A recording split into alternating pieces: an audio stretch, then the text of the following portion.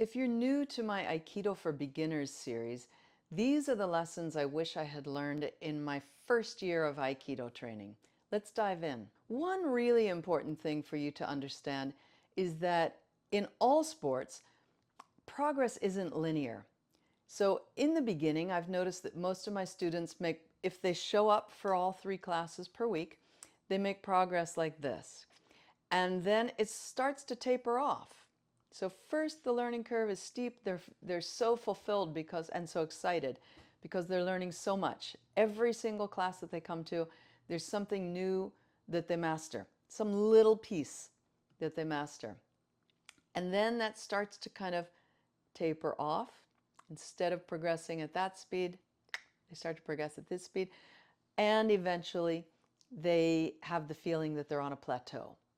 So if you keep this in mind, that plateaus are normal and actually even a good sign in Aikido training, it's going to help you so much. And actually, I did know this going into Aikido because I was a semi-professional horse rider and trainer. So I knew that within myself as a rider and with the horses themselves, we would plateau. Sometimes I was on a plateau and the horse was still improving, progressing. Sometimes the horse was on a plateau and I was progressing. Sometimes we were both on a plateau. And then the interesting thing is that, hey, sorry to interrupt the video, but some of you have been asking how you can get a copy of my book, The Teacher. The book includes topics such as from horse riding to Budo, the Japan experience, back home, building intuition, attracting new students to Aikido, nonviolence in Aikido, leading by example, women in Aikido, arrogance, no to homogenization in Aikido, Aikido and distance teaching, body alignment, more. If you haven't yet purchased it and you'd like to, just head to leah-suzuki.com/book, or you can find that link in the description here on YouTube. The book is available in English and Italian. If you want it in Italian, you've got to go to Amazon. There's plenty of really cool photos. There's me when I first started Aikido, even before I got to Boston, which is where my first teacher is. Also Takeda Shihan, Bill Gleason Sensei, my first teacher. And for those of you who might know him, Gary Small Sensei, taking Ukemi long ago. Another of Takeda Shihan, Yamaguchi Sensei. All right. We've got a couple of me teaching seminars, of course. And then even one with me explaining something with Shoto. This is in the No to Homogenization section. As I said, the link is in the description below. Just click on that, go to leah-suzuki.com/book and order yours. Let's get back to the video now. Before moving on from that plateau, we usually go down a little bit before we go up. And if you want to know more about the science behind that, why we have to drop in order to go up, you can look for another video of mine that's an interview with Thomas Kristaller Sensei, who's an artificial intelligence expert. So anyway, that was very fascinating. And this will help you if you prepare yourself for coming on to plateaus. Also, integrating these different skills that we're learning and practicing in Aikido, it takes time. So that's why we start to progress like that. It's all new, it's all exciting, and we can do just the rudimentary version of all these new things. But then to actually take them a step further and refine them, it takes time.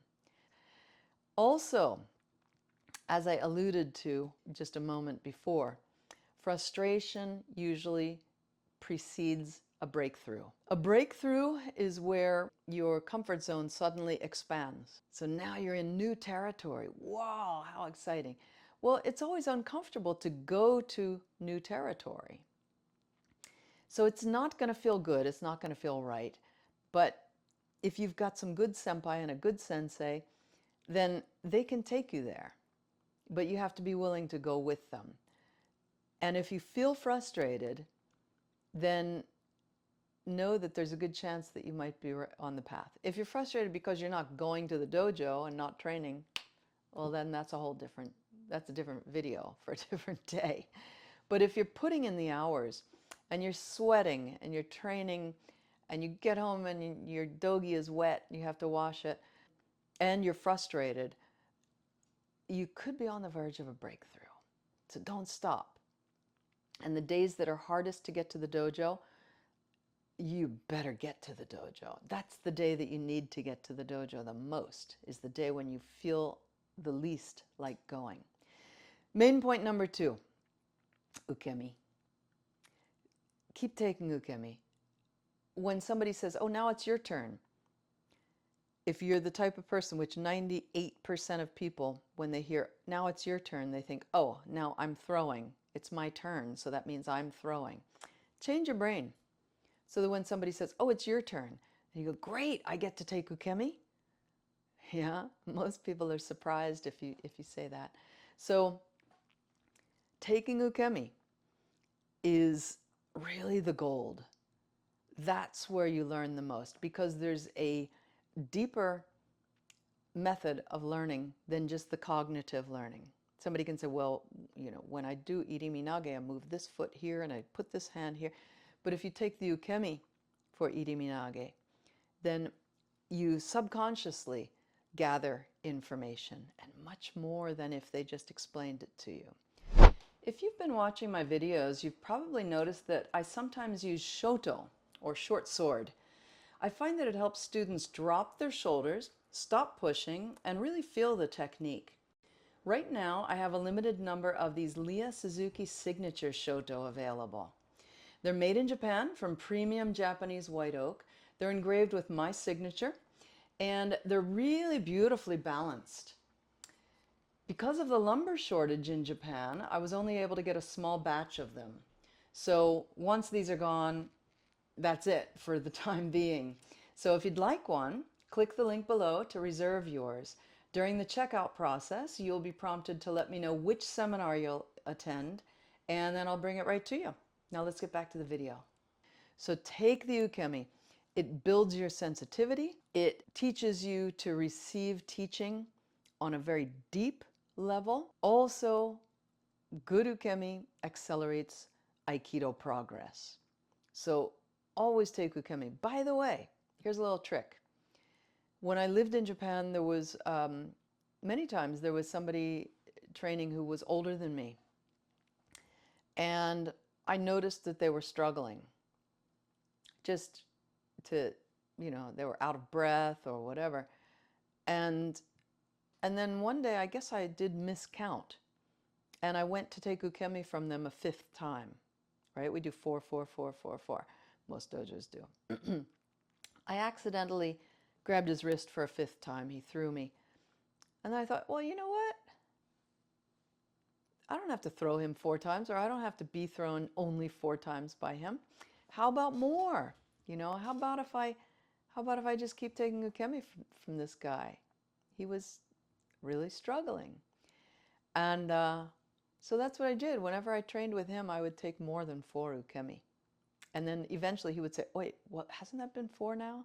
I go, oh, sorry, And so if you're young, if you're watching this video and you're in your 20s and 30s, and you're training with somebody in their 50s, 60s, who's like taking some time to get up, you've got 2 choices. You can be like, oh, geez, training with this old person, it's taking a long time to stand back up, right, after I throw them.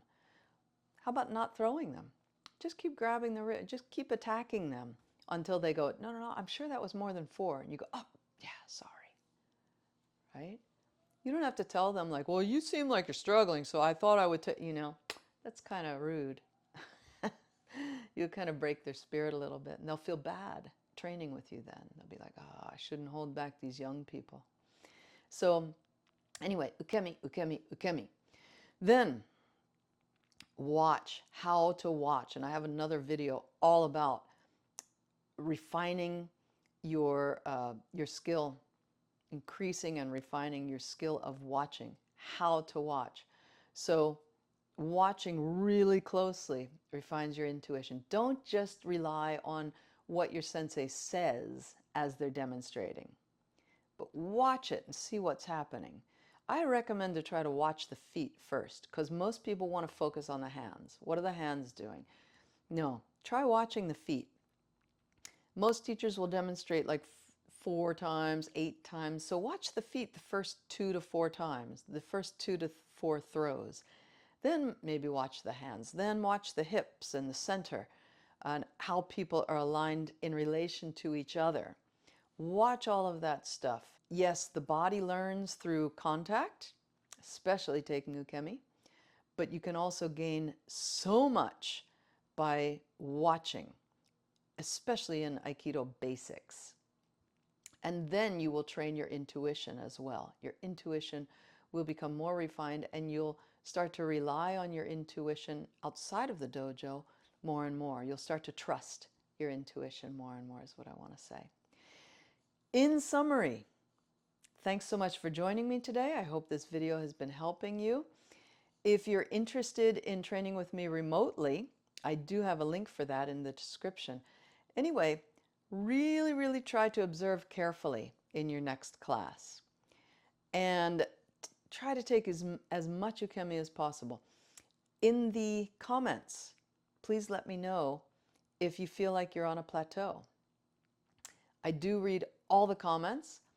I reply to all the comments. Someday maybe I'll be so busy I'll need somebody to help me with that. But right now, I read them all. I reply to them all. So let me know how it's going.